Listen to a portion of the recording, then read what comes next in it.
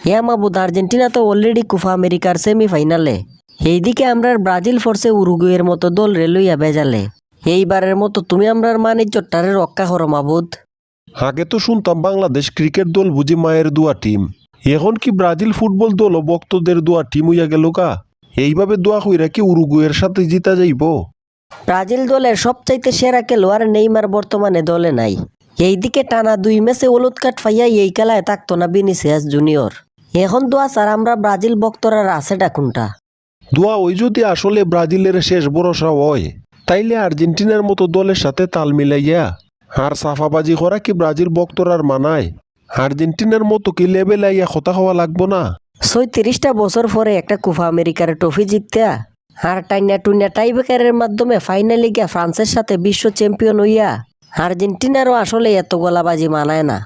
36 বছর পরে হোক আর 72 বছর পরে হোক, বর্তমান কোপা আমেরিকার চ্যাম্পিয়ন আর্জেন্টিনা, বর্তমান বিশ্ব চ্যাম্পিয়ন আর্জেন্টিনা।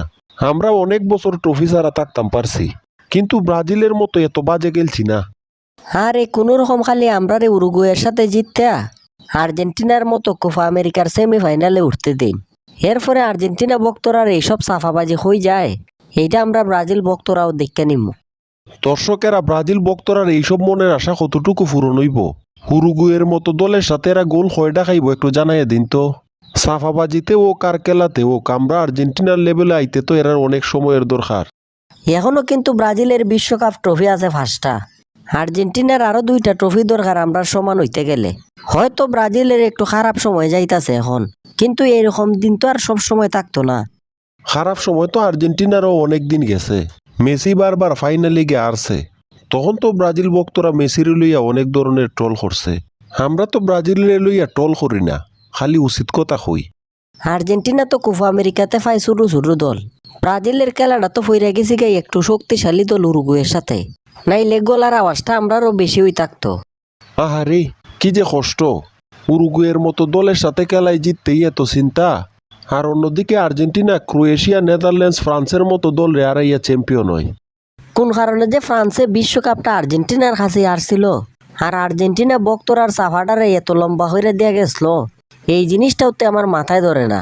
আজকে যদি আর্জেন্টিনা বিশ্ব চ্যাম্পিয়ন না হইতো, তাইলে কি আর আমরা ব্রাজিল ভক্তরার এত কথা শোনা লাগে?